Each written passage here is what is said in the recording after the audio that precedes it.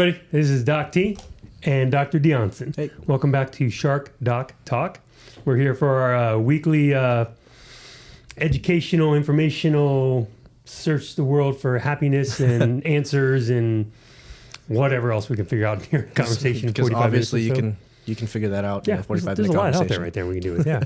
So as usual, per our tradition here, we're going to start off with our kind of weekly check-in. So we're going to check in with the knee master over here. Knee master. And see where we're at, see if he actually did any of his homework with his eyes closed and balancing and working on some stuff. So I did. Oh, get out of here. I didn't do all the single leg stuff. Okay. I should have. I just wasn't thinking about it. Because when you start training the powerlifting stuff, sometimes like you go through so much pressure just from bracing that you kind of forget a couple of things that you're supposed to do. My ab workouts go out the window when I'm doing something fun. Oh, yeah. I'm like, oh yeah, I need to work those too. They still need some love. But what was funny, I think I alluded to it last time, but I really saw it on the film this time. For my warm-ups for deadlifts, especially when working up to like the top weight, I just tried a couple sets, eyes closed, kind of sit in. I felt much more cleaner throughout the motion, and I would understand when I would start to kick left a little bit or kick right. But when my hips would accidentally do it when I would get tired, and then figure out what I needed to do from there. I did it with squats, which was funny because that seems dangerous. Yeah, That just seems dangerous. I don't know why. Well, you said, hey, practice with eyes closed. So I'm like, well, I'll try it with everything. Yeah, but I squat a lot less weight than you do. Like mine's like a goblet squat with a 60-pound kettlebell. Yeah, I mean, this is like 135 just to kind of. That's not bad. Not bad. Not for you. That's like a 65-pound kettlebell for me. Yeah. So I went to go do that. I missed my depth on the first one just because I didn't realize I kind of relied on my eyes for some of that. Yep. That's interesting. Just because I think whenever I was doing it at the gyms, I was always fixating on a certain point, and when it got to a certain visual field, I knew I was at depth, and I'd come back up. But what was great about that was my positioning was actually a little bit better because I've been messing around more with low bar just because if you know about my knee right now, if you're just tuning in, tore it about like 2.5 months ago. Not the knee, there's tissue in there. Yeah. The knee's still attached. The knee is still attached, so I can still walk. But tore a couple tissues in there, and to be in a lot of knee flexion in high bar was difficult. So I've been doing more low bar because I haven't had any pain doing it that way. It's almost like a squat good morning. Yeah. That's a low bar. Just I was thinking how to explain it to anybody out there who's not familiar. Yeah. But picture a good morning with the barbell on your back, kind of doing an RDL. Yeah. And then a little more knee flexion to take the load off the back a little bit, so to speak. Yeah, in certain hips. Planes, but less knee. That makes sense. Yeah, just so I could still train heavy, so I'm not too far behind when it comes to competition stuff. Makes sense. But yeah, it's been going well. But I noticed my position was way better with my eyes closed rather than trying to search it in low bar with my eyes. And so it was kind of funny. Yeah, that's interesting. So that's basically been that. In terms of patients, they've been fun. Still, a lot of them are coming in and out of vacation times. We're seeing a lot of firefighters right now, which is interesting. The vacation thing's been nuts. Yeah. So, I mean, I can't get over that. I mean, everybody. At one point, I had like 6 families in Europe. Oh, yeah. I think you remember. And I was like, wait, tell me next time where you're going. I'll just fly over. We'll kind of make a pseudo vacation, and I'll work on you while I'm there, so we don't miss out on the treatment protocol, like the process here. Yeah. But I was laughing. I was like, "Oh my God, you're going too!" Like I felt like everybody got the memo to go to Europe except me. Yeah. For me and my patients, it's been Arizona or Nevada recently. That's interesting. A little. It could be 4th of July weekend firework stuff. Yeah. Cool. Whatever. But they're having fun, so that's good. One. I had one that does the girls all do a trip, and they try to get to 3 to 4 states. That's a lot. Yeah. It's like a week-long trip, and they just cruise around, rent a car, and just hit them all. And this time around, I think it was, I want to say Georgia, Mississippi, Louisiana, or something along those lines. That's a fun trip. I mean, Mississippi, Alabama, Louisiana. Maybe it was those 3. But yeah, they're kind of picking them off. And I was like, it's all girls, too. 4 daughters and a mom. I was like, that's a lot of... That's a lot going on right there. A lot of packing, too. I'm sure they packed pretty... It's warm back there. Wouldn't pack too much, but still. Anyway, yeah. I think I alluded to this on the last podcast. I had a patient dealing with like a calf strain type of issue, basketball and everything like that. Saw him again this week, and we finally had the discussion, will you play, not play? Laid it out. We made the decision together, like, hey, it's smart for you not to play this tournament here. Yeah. And what was good about that was I did set those expectations in the beginning, so it wasn't just like heartbreaking news right off the bat. But he also now understands that his rehab is now necessary, and he's bought in, which is that's cool. which is hard coming from a 16, 17-year-old kid. But near impossible. Yeah, but now near impossible. I can tell that he cares. He's starting to ask me about like nutrition for like sports and everything like that. So we'll save that for a different time. But the biggest thing was like, we had to make an adult decision. Like, hey, do you want to play your season or do you want to play this tournament and risk potentially not being able to play in college because of that? Yeah. I don't think people always realize that there are some injuries that can start. Like it could be like not the end. Mm-hmm. You can push through it, but you're going to make your 40s miserable. Yeah. And unless you're winning gold medals or national championships or, NBA titles, NFL titles, like you got to let your body heal. Yeah. It really is not.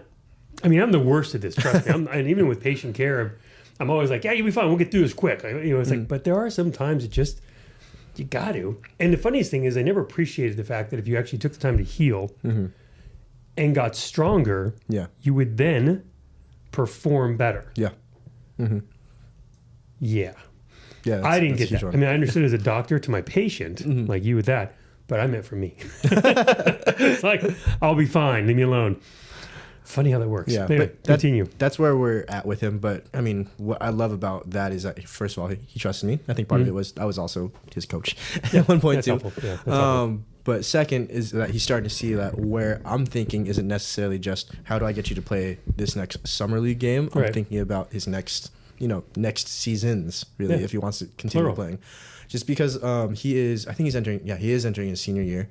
Okay. And then he does want to play in college. He has some complications going on just because of in competitive basketball on the college level, you kind of have to be the best of the best at that point.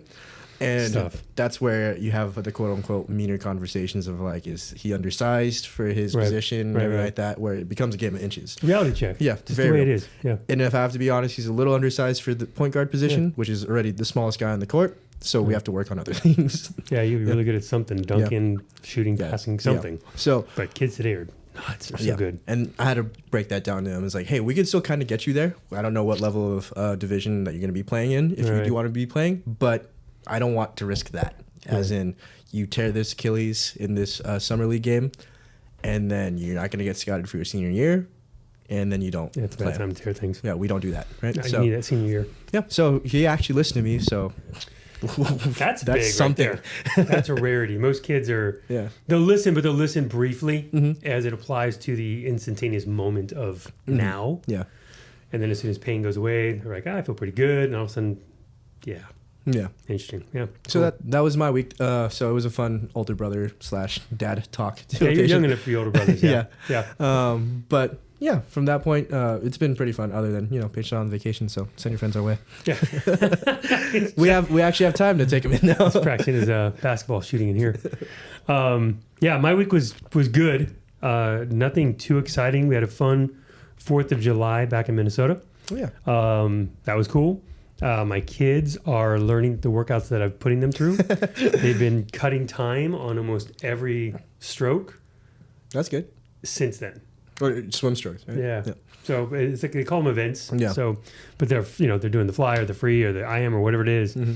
They're cutting time. My daughter took 45 seconds off of her 400 IM. Again, or is that? That was the same one. I just hadn't mentioned it here. Yeah. Oh, 45 seconds. Yeah. And then my older son is dang near 23 seconds on a 50 free. That's really good. Yeah. He's flying 23 and a half. Yeah.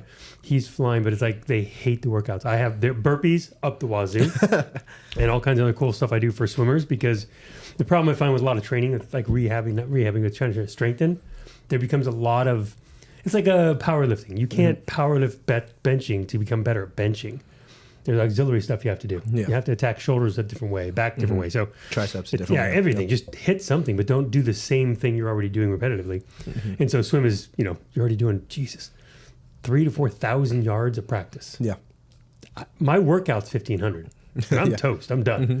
3,000 to 4,000. Yeah, so you double it. And now we're going to go strength train the same thing you just did. I was like, no, can't do that. Got to do a little different. But anyway, so fun to see that. My son got in a plane for his discovery flight.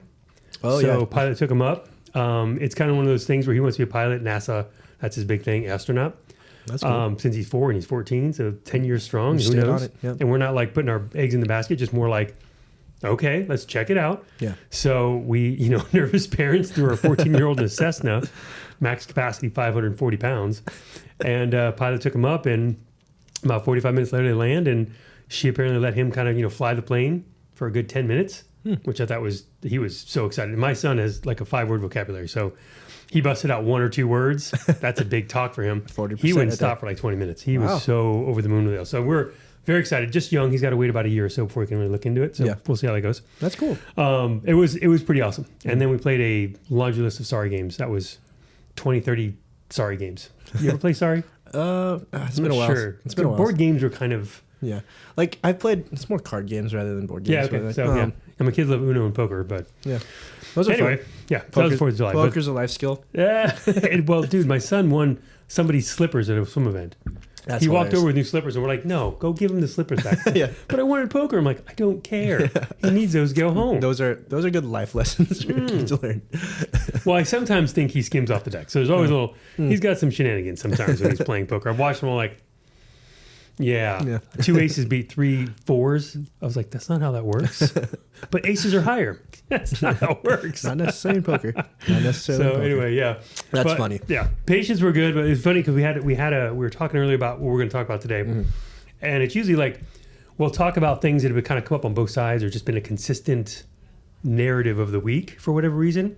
Like, we'll have weeks where we get a bunch of low back pain patients, basic shoulder patients and whatever. This week, for whatever reason, I had a lot of the, when can I get back to my normal workouts questions. And I think it just kind of spurred the whole healing thing. You kind of laugh like it's you injured yourself. The tissue's not damaged per se, but you have an owie. Yeah. Hurts to do stuff. And you're asking about getting back to working out. You can't even get out of bed without pain. So I was like, well, let's discuss this. Let's jump down a little bit so people can understand. Like when you start asking people like us who are trying to fix you, right? The problem we run into is oftentimes people come in, they'll do like, I've done this in the past and this helped. And I say, great. Yeah. But do you have the same thing today? Well, I do. I'm like, well, it didn't help then. It just got rid of pain. And that concept is not an easy understanding for a lot of people because they're kind of like, well, why is it still there? It's like, well, because of the way you move is causing the problem, right? There's underlying stuff we have to kind of go to. And so it reminds me of this idea, this concept of what a lot of doctors do, unfortunately, is they chase the pain. Yeah. So they find the pain, they chase it, and they go after it until they get to it and, obliterate it, right? And now pain's gone. It's like, that's fantastic. But now we need to fix why you had the pain to begin with. And those are those slippery slope rabbit holes because everybody comes in differently. So I have a patient come in, I want to get back to working out. I'm like, cool, I've seen you twice. You crawled in here. Let's just slow down. And sometimes it's like, for anybody out there, kind of, you have painful episodes and the pain goes away. That's just your body figuring out a way around the pain, not actually fixing the pain. The sensitivity is no longer there. Yeah, the body doesn't fix those things, especially when it's movement-based. And just to give you a conceptual idea of movement-based is, it hurts when I fill in the blank. Walk, sit, stand, turn, run, jump, whatever it is. Reach overhead, pull down, push up, reach behind, whatever. All those mechanisms right there are movement-based owies, like painful things, right? It doesn't mean tissue's damaged. It does mean if you keep doing the same thing over and over again or take Advil or some other, circumvent fixing it, you will eventually damage the tissue. Yeah, that's the potential, yeah. Yeah, so if you're like your high school athlete, like he's stressed the Achilles. It's stressed. It has to heal. Yeah. Otherwise, it does become strain, pull, tear. Yeah. And those are, it's not a matter of if it happens, just when. Yeah. Right? And that's really what in the back of our minds, whenever we look at somebody, what we're looking at with them is, hey, I want to make sure you don't come in here in 6 months, 7 months and have a half torn Achilles tendon. Yeah. Or a torn labrum now, or just whatever. And it's like a blowout of disc because it's all so preventable if we just take our time. It's hard though as a doctor when you're trying to talk to a patient because we're doctors by doctorate. Yeah. But we're unique in the sense of most doctors, you go see them once and you may not see them for 3 to 6 months. Yeah. We're the exact opposite. You're going to see us often Yeah. for the next 2 or 3 months. Hopefully not that long, but that's usually how it works out. Yeah, it can be. If we do it right. And then we shouldn't see you again unless we're just kind of like, I love myself some maintenance care. I wish I had to come up with a cooler name than maintenance though. Continuity, I don't like that one either. I've just said maintenance. I always hate to put I hate to always just make someone look like a car, as in like I'll come in for your maintenance every 3 months or something like that. But it applies to the body though. It kind of, in some ways, applies just to the body. does. Yeah. We get one, cars get off, but you just got to take care of the stupid thing. You know, and it'll tell you when things aren't right. Oh, yeah. But when we talk about pain and it going away, I hate to use the car analogy again, but like if, your car says you need to change your oil, you could always just click off the sensor real quick, and it'll be fine. Yeah, it's kind of the same. Low on air. Yeah, check engine light, whatever. It's kind of the same thing when we kind of talk about pain here. Like, you could not have pain, but it doesn't mean the problem isn't still there. Like, is your problem coming from like chronic pain because of your habits going on, or is it from injury? There's so many nuances to it, right? 100%. Yep. And did you have an injury that you'd ignored? Mm-hmm. Or I love this. I rested for 6 months. Okay. That's probably worse. That's kind of not good. And so, like, my patient, just to give a really precise example, she was unfortunately in a car accident, but she had some low back pain stuff we're dealing with. And we're only 2 weeks in, and she's improving. 3. Maybe third. This is third week. She's improving. She doesn't have pain all the time walking around. Still mentally a little nervous about bending over, picking up something heavy, but she wanted to get back to Pilates. And I kind of smiled and I said, that could be one of the worst things you can do. And she goes, why? I said, well, is it one-on-one? She said, no, class. So there's the camaraderie. We talked about this before in many podcasts, like your friends, your social networking, just that stuff that makes you feel good. So you want to get them in there. But I said, what happens if you start performing something, and I hate to say incorrectly, like she doesn't know how to do it, but the body, because it's gone through a trauma, car accident, it's adapting to new input, the rehab that we're giving her, plus the treatment. So we're trying to undo some stuff. And then she wants to go to Pilates, which is a big, especially a class setting, because that one instructor can't see 15, 20, 30 people at once and really see if they're doing, like, the body has to set this up in a order of operations. So it's got to be the way you fire it and set it up. If you're missing that, you're going to play into a bad compensation pattern. Yeah, especially coming back from injury. Yeah, because the injury itself. So just to give you another idea, when we say that, what it means is if you sprain your ankle, to avoid the pain, you limp. Now, with her back, she's not going to do that, but she'll avoid the way she bends over, avoid the way she moves her legs or lifts her legs or incorporate. Like today, she was doing a lot of knee caving in during bridges. Yeah. So I put a band around her knees, had her hold the band there. It's not about pushing the band out so much, but don't let the legs go in. That's all it is. And then she asked me, I kid you not, when can I do adductor exercises? Yeah. And I kind of smiled. I'm like, not yet. Not for a while. She goes, why? I said, you already have a tendency to use those, which inhibits your glutes, which is causing a problem. So we got to fix this piece. And so it was a very fascinating conversation because in my head, like that's what kind of sparked today. I was like, okay, we got to figure out a way to better explain this to people. Like they got to truly understand, like we have to go through these processes because if you don't fix these pieces, then you end up, come back and here we are again. Yeah. And talk about redundancy. Whew. And the definition of insanity. Just doing the same thing over again. And over and over. Expecting a different result. Yes. And that's what you end up doing. And it's not good. So nonetheless, so chasing pain is this concept of where you go into a doctor, you have pain, they give you pain med, you go back, you rest 2 to 3 weeks, and then if pain's gone, which is somehow a parameter, then you're fine and go back to your normal activities. And then most people, like, she wants to play tennis. And I'm like, oh, God, we have a little work to do to get you from where you are now to tennis. But you think, okay, pain's gone, I'm going to go play again. Then all you're going to do is compensate and then start beating up again. So we're back to this concept. And it also ties into this other thing I did. So I joined a gym for the first time in like 15 years. Wow. The return. So I did it because we want to use our garage for other things. Yeah, that's fair. Life. And it has a pool because I like swimming. Okay. So it is. I like swimming. To me is a great, like once, maybe twice a week. But it's such a way to stretch out. Yeah. And just do something different. Did you sign up this week? Yeah, last week. Oh, I signed up for a new gym yesterday. We can talk about that later. But damn, that's awesome. So my gym's better than your gym. It probably is. But I go in Tuesday morning. Yep. And this is how ridiculous I am and we can be. I literally, knowing I was going to do this, set up my workout programming so I could do my back and shoulder workout, which is my favorite workout on the planet, at the new gym. Okay. Just because I was like, yes, I have all of this equipment and all this stuff to do. I'm like, oh, you don't have to modify anything anymore? I mean, because in the garage, there's only so much I have and so much you can do. And so I was like, I walked in, because I walked around the gym for probably 15 minutes, drinking the pre-workout, just scoping the place out. Oh, you even did the pre-workout beforehand. Wow, you were having a great time. What's going on in here, right? And I swear people look at me like, what is he doing? And I'm just like, most of us do just that. Checking things out. What's that? We're just, seeing where everything is. First time in the gym, right? So I'm like, all right, here we go. Hit the pull-ups, and I'm amped. Pull-ups were easy. I blew through 5 sets, and I was like, right. Point of the story is, so I got shown. I mean, everything was 5 pounds heavier. Everything was an extra rep than usual. There you go. Everything was just abnormal. And so I finish it up. So I do a shorter set range now, and he's doing like 10 minutes of like some cardio or something. Just got heart rate, keep the heart rate there. But it's more like I'm trying to train to be 60 and healthy, not 20 and you. So don't rub it in. So I finished up the workout. Weights are done. And I was like, God, I feel good. Yeah. Lights are bright. My garage is dark. Yeah. People around, hustle, bustle. And I'm looking around like, oh, I like that machine. Oh, there's that machine too. Oh, I could do those and that. Oh, I could do. And all of a sudden, in the back of my head, I hear this like, leave the gym.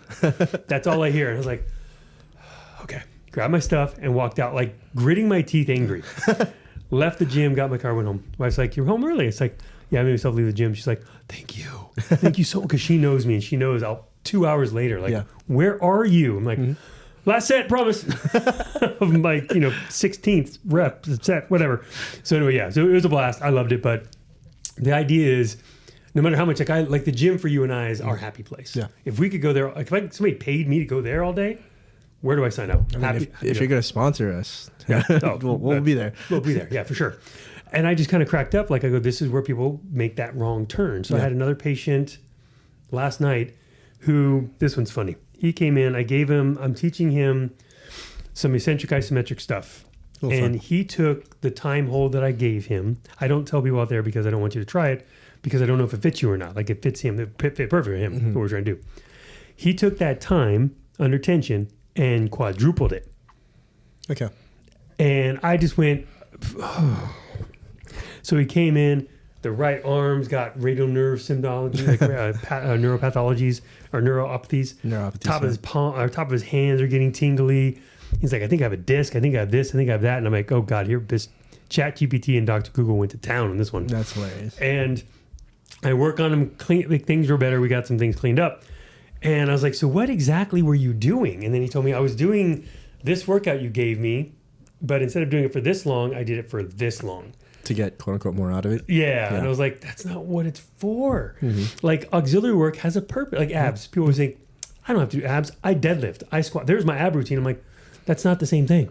There's different, you need rotational and anti-rotational. To create flexion, you need things, right?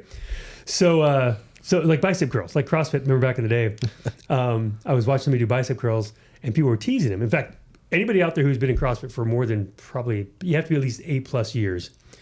In the gym, literally, if somebody did bicep curls, it was either a joke or somebody was laughing at them for sure. Guaranteed. Like so one of those things going on. Yeah. So me, of course, my brilliance was watching and thinking, and all of a sudden I went through every single workout that you do in CrossFit. Every single one. Every movement, everything. And I was like, oh my God, that's probably the smartest thing in the world to be doing. Bicep curls? Yeah, and calf raises. At no point in time do you go through a full range of motion with either of those muscles. Yeah. Everyone else you do. Yeah. But like with double unders, I'm like, you go through very little motion. Like most people, their heels are near the ground, right? Yeah. And in pull-ups, I'm like, yeah, but that's this, not this. It's two totally different things. And like, when do you do chin-ups? I'm like, who in CrossFit is doing chin-ups? No, everyone's doing at the time, right? Yeah. It was kipping and butterflying and strict, but it was, our muscle ups, but it was nothing to do with the biceps. So it's very funny because I'm like, no, you have to get this auxiliary work done. Anyway, back it up to the guy doing the work. So he's getting more out of it. I then explained to him gently that what he did, and he did this in the course of like 2 weeks. Okay. So he got a new routine with a new movement pattern entirely to him. And then within 2 weeks was quadrupling the weight, the tension. And it's like, oh, that's not, it doesn't work that way. Like the body, it's like the SAID principle, right? It can, specific adaptation to imposed demand is great. Every 2-3 weeks, you got to mix up the workout. Yeah. But when you're completely doing it, like if you went to quit powerlifting, I'm going to CrossFit, and you went 6 days in a row, I wouldn't see you for a week.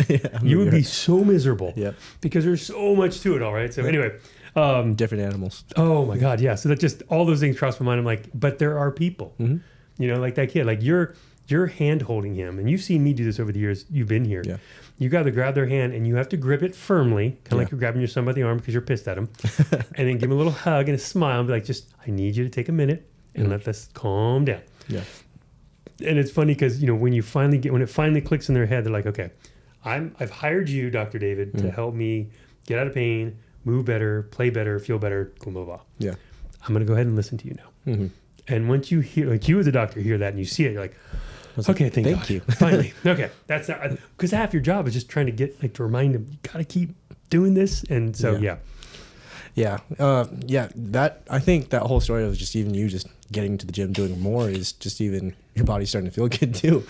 It's feeling much better. Yeah. Because I remember, I think if you go like 2-3 podcasts before, like, hey, deadlifting 5 pounds. It was a little rough right now. It was horrible. And actually, I did a leg workout. I can't remember what I did off the top of my head. Goblets, 26 pounds. Okay. Felt good. banded lunges, so band around the knee, outside of the knee, and doing a little abduction movement. And then I did toe taps. Okay. So I actually did like 2 or 3. Like I was sore my glutes a little bit, and I actually had no irritation anywhere in the body. Good. So I was very happy. That's so really we're good. getting there. I'm getting there. It's just my God, does this take forever? It does. Jesus, I'm like 5 weeks in. I'm like this, and I see people come in. One of the patients I love, Tommy. I could say his first name. I was about to say. He was a goblet squatting at 280 pounds. So it's not a goblet squat, but that's what his understanding. 280 pounds. Racked. Kettlebells, yeah, Okay. racked, right? And he was doing 3-second pause at the bottom. Well, that's a good work. For 12 reps. Now, here's the funny. This is actually very funny. That's a strong guy there. He's very strong. We had back-to-back patients. Our intern, Kiara, was there with these, all 3 guys big and strong. I mean, big dudes. And not even joking, all 3 fell apart when I gave them a single leg RDL. Oh, yeah. Done my way. All of them. Couldn't balance, falling, like just, and I was watching them, I started sweating with a 10-pound weight. And I was like, what is going on right now? And so it's kind of funny because here you go talking about these guys. One's got knee pain, one's got shoulder pain, and one has low back pain. And you talk to them, watch them, you're going, we need to have this stuff taken care of. Yeah. Like they can't not do this stuff. So I'm like, it makes me laugh because I still say, you're a big, strong guy. If we broke you down into pieces, it's amazing how many little things we find. Oh, yeah. Yeah. Oh, yeah. It's part of it, too, is like the sport that I'm in. 2 feet are always on the ground, right? Always on the ground. 2 hands are always on the bar. Should be. If not, like we got some emergencies kind of going on. Eyes closed, back spot. Oh shit! Yeah. I've definitely been a part of those. Those are always hilarious. That's why bail! I can't. I'm attached to the bar. Have you ever done that where you're trying to bail, but you feel like literally it's glued to you? Oh yeah. And you're like, why? It's because there's so much weight pushing down. Oh my God! Yeah, totally. That was my problem too. So much. My favorite one is if it gets caught on the shirt a little bit because the knurling is a little too sharp. Have you seen the girls with the ponytails? Oh yeah, I've seen that. I've seen that. Hair chunks coming out. Yeah, but I usually ask if I'm spotting them. I was like, hey, we're gonna get 2 side spotters here. Don't dump it because we're right here to help you. You may need to grow. It's going to take some time to grow that back out again. Yeah. That's a long hair you got. But yeah, like Doc T's like feeling good and you're moving around better. Much better. But with that being said too, is like you also know that you have to get certain motions in. Like when you said single leg bounce with the toe taps and stuff like that. Like that's an imperative for you at this point. Just because you're feeling good doesn't mean like you but take I'm that invincible, away. So I don't really understand it. I can't even comprehend this right now. Can't comprehend it. Like that can't happen to me. I know everything. Yeah. How can it happen to me? You just stress fractured your pelvis once. Idiot. Yeah. I was just telling a patient that, and they're like, the look on their face, because they're not. They came to me from a patient from a patient from a patient. So the initial patient is more like us. The second patient, a little less, 60% us, and they're more like 10% us. Meaning they work out, and that's about it. Different intensity. And I was telling them that story because they were asking me questions. They said, "What's wrong with your calf?" And I was like, "I'll explain it to them." And they're like, and the look, I swear, they're like, it didn't process. Yeah. It's like I spoke a completely different language all of a sudden. They were like, huh? And they looked at me and go, "Oh, let me show you on the picture over here." And I kind of explained it all to them. And they were just like, the eyes, I was like, oh God, they must think I'm a complete idiot. Like just a complete, like, or something is definitely wrong up there. Yeah. And I kind of laughed. I'm like, What's funny is I'm starting to get some of that with my knee. Because I tell them like, oh yeah, I was just playing basketball, tore it. No big problem, right? That's what goes on in the back of my head. And they're like, oh yeah, so like you're just lifting light. I'm like, no, we're squatting heavy. I mean, lifting light, relatively speaking. Although you're past that phase, right? You're kind of into we're into full training again. Yeah, like we're 70-80% there. That's cool. That's I don't want to high bar squat completely yet, just because the full depth kind of hurts. There's no need to, and you got to make sure to do those hammies and really firing for you. Oh yeah. That's not good. Yeah, the deadlifts are coming back good. So that's good. Because with the eyes closed training, to go back all the way to that. Lats feel but engaged. Please don't just all of a sudden start deadlifting your eyes closed. No. Yeah. There was a. We're not condoning that. There was a time and purpose for it. Yeah. It felt good though. So 100%. And I'll be honest with you, it's one of those things that, like, I was writing notes on this. So when we're out there, like, part of the reason I get in trouble in the gym is because I'm playing around, trying to discover something else. Yeah. What about this? What about that? Like, I figured out a lunge position, rotational lat pull down that was fantastic for, like, I was like, that works this system. And if the left leg's up and you're pulling with the right versus the right leg up pulling with the right, it affects it differently. Internal versus external rotation. This is fantastic, right? But I had never thought about that. And I'll be honest with you out there, if you have a clinician and there's somebody, your go-to person, guy, girl, whatever, ask them about certain things and ask them how they figure that out. And I guarantee you the good ones are going to be like, because I've been doing this and trying it. Nothing I give a client or patient isn't something I've not already done or tried. Oh, yeah. All the workouts, the rehab, the functional movements, all the stuff we give patients, done it all. BFR, I mean, I've suffered through 10-pound bicep curls with BFR on. And just like, ooh, because it's horrible. So, yeah, it's very funny. But that's a thing is, you know, I usually get in trouble because of that. I'll get fatigued. I'm tired. I haven't eaten now in 2 hours because I'm still here. But that's where the fun is. Like, to me, when you play like that, like we play out here all the time. Oh, yeah. We're not as much as we used to. I don't like you guys getting busier, but it's not as much fun anymore. But it's like good for my career. I'm sorry. It's great for that part. I mean, you know, it's helping people, and the people. I mean, the great thing is people like are understanding you're here and you can't help, which is, I mean, our biggest goal in life. Yeah. But yeah, that concept of, you know, we were all over the place with concepts, but letting your body heal, giving it the time, having your, you know, check your ego. You know, ego's in the way. Just move it out of the way. Take your time. And someone like you, like, because you're, you know, the dangerous part of moving the weight you move is you need everything. Like, I'm doing a 26-pound goblet squat. Yeah. If my calf takes a break, nothing changes. Nothing happens. Yeah. My core on the left decides to take a sleeper. Whatever, I'll be fine. You're moving weight that it's like, nah, something could happen. Something bleep is going to go. Yeah. So some bleep is we're going to go there. So you got to be conscientious of that. Oh, yeah. So yeah, definitely. I've experienced some of the scare. Gosh, Especially in the beginning. Part of it was fear. Part of it was like, hey, that's gonna happen, right? Yeah. Just even setting up for certain like positions. If I was doing like deadlifts on a deficit or whatever, just to get more hamstring stretch out of it. Like, yeah, my knee didn't like setting Have you started or tried Jefferson curls at all? Yeah, I have. Cool. Just recently. They're hard. They're very hard. Yeah, they're hard. I like them. I just haven't landed my plane on how to get a normal, quote unquote, patient on that path. Yeah. So here's the fun, controversial topics about Jefferson curls among all physio, chiro, whoever works the body, right? Yeah. Some people like it, some people don't. I'm on the side of I like them. What I don't like is when they are misprogrammed. Oh, that's what I mean. That's the problem. The biggest one that I see. Misprogramming is, oh my Lord, that's I'd horrible. actually say like most of our clients' patient base and really the people that come see us, I almost hate saying that a lot of the problems can be from just a poor program, whether that's either talked about well with their coach or not with their coach. If there's an online coach where they're not really seeing anything, stuff like that. I can see a lot of problems going down with that. The reason why, like with the Jefferson curl, there's so many small nuances for like that low back that kind of has to happen. Education. Yeah. And plus, you have to know how to do it properly. If you're going to ramp it up like you do with like powerlifting weight, that might be inappropriate. Bad idea. Yeah. Because what's the purpose of the workout? Yeah. Like, what's the purpose of that movement? Like deadlift. Grip it and rip it. That's all the deadlift is. There's technique. I'm not saying that's technique. But you compare that to a snatch. Oh, yeah. There's monster difference, right? Technically, right? Yeah. So one just grab it. Like Jefferson curl, that curl, hip thrust. Like hip thrust can be used to develop size of your glutes. But when it comes to the function of that, there's no real function translation. Where I gave the same guy this one cracked me up. Yeah. I was laughing. I did hip thrust, threw a band around his knees, and that's it. No weight, just a band around his knees, and he was sweating and his glutes were cramping. And I was like, he goes, I've never felt that before in my life. And this guy, like I say, he's 38 years old, has been lifting since he's 10. No, he's a big guy. Big dude, great shape, takes pride in it, loves legs and working out and everything like that, but destroyed on this one move. And it just, and I smile. I was like, we're not making fun of people. For us, it's, I didn't see it coming like that. Yeah. I knew there'd be a challenge. I knew just by the nature of physiology and physics, it's going to fire the glutes. It's going to do this. Like I know the things it's going to do. I'm surprised sometimes at the extent of how it hits them. Yeah. Where I'm like, oh, I didn't see that one coming, right? Yeah. So that's always like the pull-up guy. Deadlifts 4 something, back squats 3 something, can barely do 3 pull-ups. How? That I can't even comprehend that. So it's a fascinating when you start picking, like get people out of pain. Now they move without pain. Focus a little on the mobility piece and stability piece. And then you start seeing stuff and you're like, how?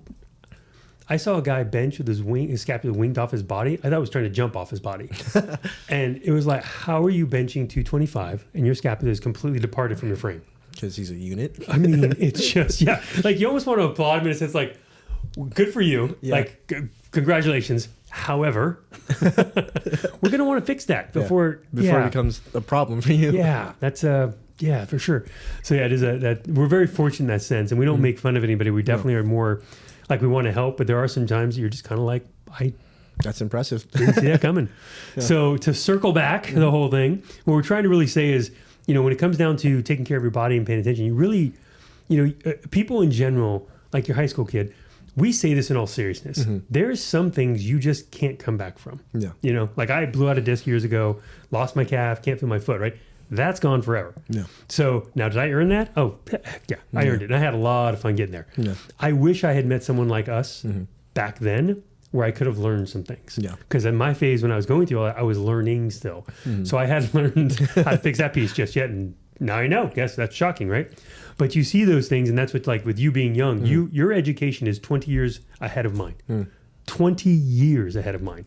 My education, due to my mentorships and people I followed around, was 20 years ahead of theirs.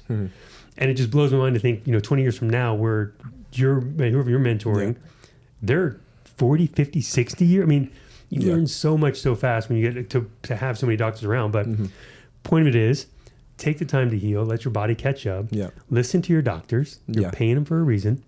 Especially if they're like us. Yeah, We're trying to get you back out there. And he says, like, how can you be certain? Like, I stress fractured my own pelvis, blew out a disc, tore an ACL, tore a meniscus. I'm pretty sure everything you've ever had in your life, I've already done, and I figured out how to fix it. And we still had to work in the meantime. Wow, I had back surgery on a Thursday.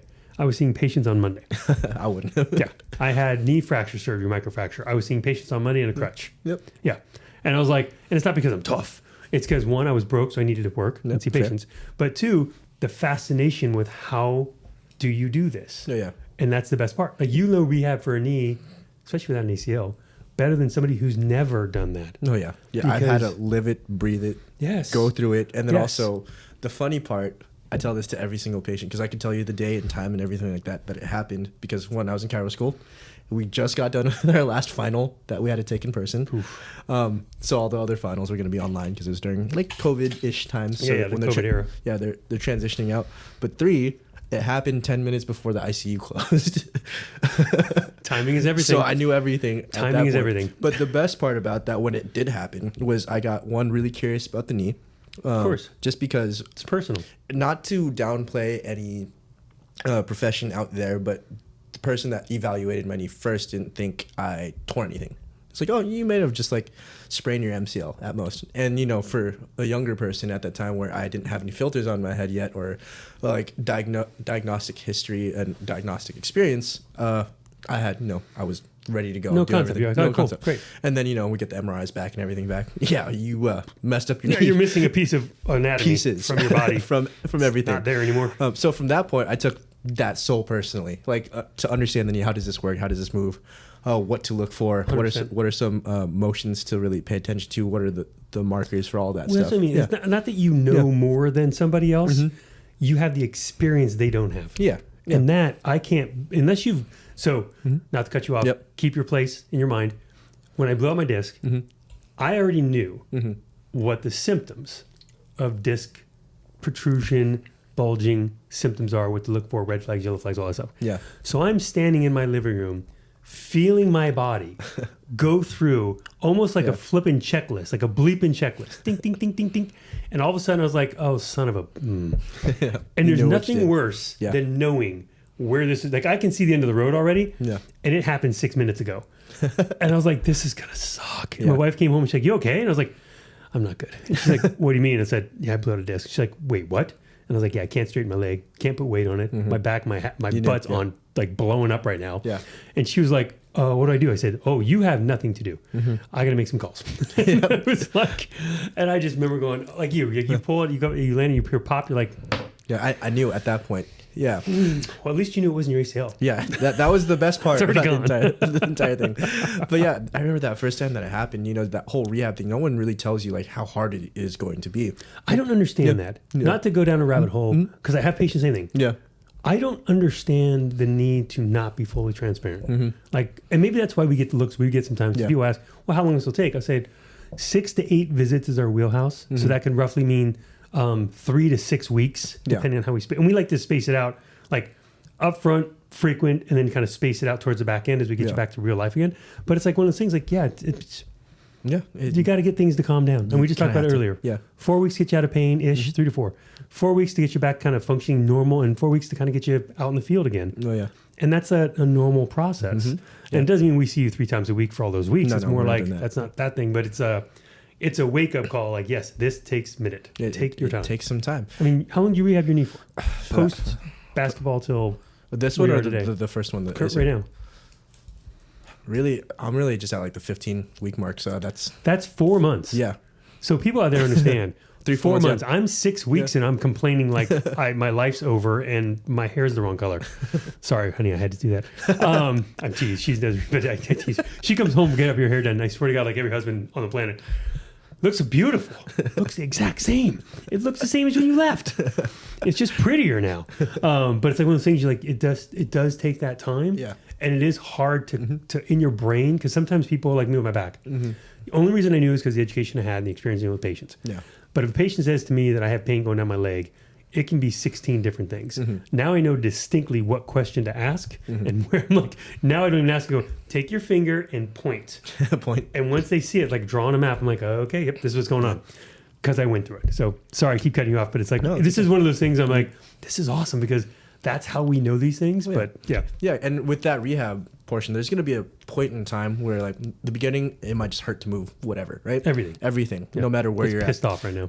Everything that we give you, although the right answers, they might hurt a little bit, right? Yeah, for sure. Because that's what it is. That's like day 2 from everything. But also, they'll get to a point where, to kind of bring it back to like chasing pain, about like 4 to 6 weeks, you might not feel any pain, right? But if it's the average. Yeah, the average. Right. That's your 75-80%. Yeah. You might not feel any pain at that point. That doesn't mean my ACL all of a sudden regrew in 4 to 6 weeks. You're good. Yep. It doesn't mean at that point I am going to be picking up 500 pounds. No. Dude, that'd be sick. But but that's not something to do right then and there. So that's where we get into what we have to do as doctors. Like, how do we prepare you to get there after that 6 weeks, right? Yes. That's really where our bread and butter is at that point. Just because like once the pain is gone, that doesn't necessarily mean that you're healed, but that's really, I like to say, you're beginning. Yep. Like we're starting at the starting line now, and where do we get you to your finish line is what we do best. Yeah, and that's it's interesting that people in general, and I mean this like compassionately, because we're very fortunate that we've beat ourselves up the way we have, and we have learned, plus our education on top of that, plus experience from everything else. But it's a concept, and I'll be honest with you, when I was your age, again, this is what you're gaining a 20-year advantage on me, so to speak. I hadn't put that, like I wasn't explaining that to patients very well, right? I had just started. I was helping people left and right. I got very fortunate when I started in the gym that I worked at, that the trainer was a good trainer, but people were not always the smartest choices with the workouts. Fair. And so I got to learn a lot and help a lot. And so I was very, very, very lucky. But I was horrible at because I didn't get the concept at that time because I was young. I was 2 years out, 3 years out. Of like, I didn't chase the pain or not chase the pain. They came in and said my back hurt. I said, cool. I worked on them, did this, did that, pain's gone. Cool, great. See ya. Right? I hadn't put that next level into my playbook yet because I hadn't gotten there yet. I hadn't developed there yet. And the mentors that I had that was a thing that never happened. Like I was considered a rehab chiro, and this is 2007. Yeah, 2006. So the protocols back then were completely different. I mean, trust me, bridges and clams have been my bread and butter for 20 years, but only if they're done correctly. Hate to say it, but that's true. That's the funny one. That is the truth. That's and something we can get into. You've learned that. Like everybody's been through your interns, like, we learned this, we've seen this, but it's never worked the way it's never worked the way it works with the way you do it. And I go, there's a reason. Anyway, but there's this, I was like, oh, cool. You're done. Your pain's gone. You feel great. I'll see you later. And then as the years went on, I started thinking about this concept of like, okay, I'm chasing the pain, getting rid of the pain, but they come back in 6 or 7 months with the problem again. Or if it's not the left shoulder, it's the right shoulder.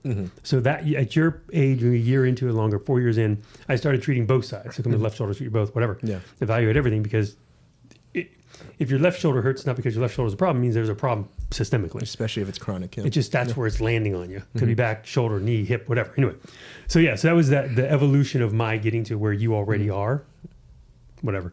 So I hope you're thankful. I am thankful. I hope you at least smile about that one. I am. He doesn't smile. You don't smile at all. Getting you excited. That's not what the board says. I take him to work with the Chargers, and there's like, because I was scared. They're big boys. There is, and honestly, when you work with elite athletes, this is because I was very fortunate again in my beginning. I work with the USA Surf Tour. Dr. Tim Brown, what's up, Doc T? The other Doc T, nice, Dr. Brown. He was a mentor of mine back in the day, and we worked a surf event, San Onofre. And that's where I first kind of learned Like there were some guys that we were allowed to kind of work on and do some stuff. And I was ART and all that kind of stuff. That was good. But I was only, a year out, 2 years out.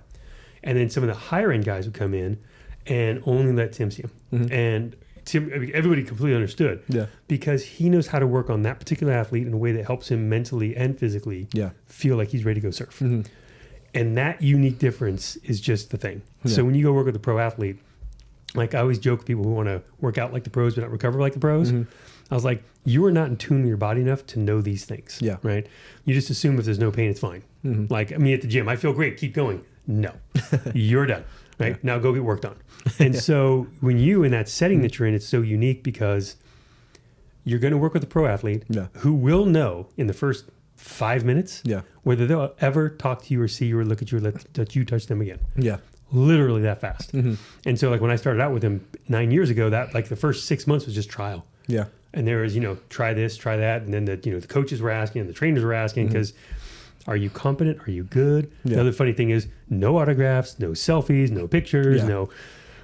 I was like, why would I do that? I'm too busy. I'm worried about it. So anyway. Yeah. So just side tangent on that one. I remember. So I kind of told like my dad, like some of the people that close family, it's my dad, right? But it's still a cool thing. It's not like you can't say you can say it, but Like, obviously, we're not advertising like no. But I remember straight up, he asked me the 2 cardinal sins, as I call them, when he worked with pros. Oh yeah. It's like 1, what are they dealing with? And 2, did you ask for a picture or anything like that? I was like, why would I do that? Just because my brain is in doctor mode. Like I need to address this. Yes. But it was funny. I'm like, Dad, I can't talk about any of that. I'm like, it'd be cool, but I love you, but. I'm sorry, Dad. It's not gonna happen. No. And it's one of those things like, and luckily, I mean, it's funny. My family, it's not.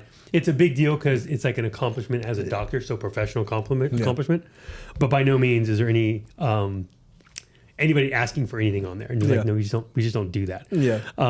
It's very funny, but I will admit there are some great pictures I've gotten from the field. Oh yeah, that's the cool part. Anyway, so back to the athlete. When you're dealing with those pro athletes, that's the thing you have to be careful of. Is it's not even a skill set thing. It's their interpretation of your skill set. Yeah. Regardless, you could run $1 million practice, but if they don't like the way you work with them, they're good. Yeah.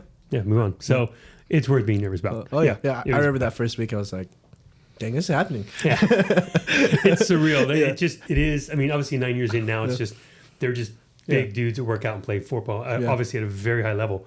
But to me, they're no different than any other patient I see. It's just what you do. And then you're already seeing that. Like, it doesn't matter. He runs a 4.240. His hamstring hurts. Yeah. His ligament over here is not doing a very good job. We got some issues with this place we got to work on. Yeah. I think that's the biggest thing that, any friend, like really close friends or family that have asked me about that, like, are you starstruck? Like, not really anymore. I not to like toot my own horn, but like, I'm here for you, and they asked me for my specialty. Yeah. So I'm trying to do my best at their job, at my job, so that they can do their job. Yeah, 100%. And so when they start asking, like, did you get a shirt? Did you get anything like that? I'm like, that's not how any of this works. Like, if they want to give me one, cool. So if any of you, for whatever reason, are watching this and you want to give me something, I'll take it. I'm not going to say no, but I'm not going to ask you guys. I'm not going to ask you guys. No. You're human too. And you're kind of in a nice, interesting role where you're just kind of like, they're just like checking you out. Yep. So it's pretty neat. So anyway, so working with pro athletes, obviously a little different. But even they listen to their bodies way better than most people out there. Yeah, I'd argue that it's much better than anyone else. That's their livelihood. They better. So for the rest of you out there who it's not your livelihood and you're paying to play the game, whatever that may be, don't chase the pain is our moral here. That's the thing with patients this week is just, and I'm doing my best to really get that explained to them and understand, like, look, you got to let it heal. Yeah. As much as it drives me nuts, because I'm no different. You need 3 or 4 weeks off. I'm like, off of what exactly? What is it that I can't do exactly? Be very specific. But like with my patient, I'm usually pretty good at covering my bases. But he took a protocol, which I thought was pretty clear. Here's what you do. That's it. But then we're learning. We're always learning. You also have to accompany that with, I guess, a write-up on what not to do. And I always have a joke. I'm like, when in doubt, don't. Just don't. Just walk away. Yeah. I've said it slightly different, but in the same idea. It's like, if it's not an absolute yes, it's an absolute no.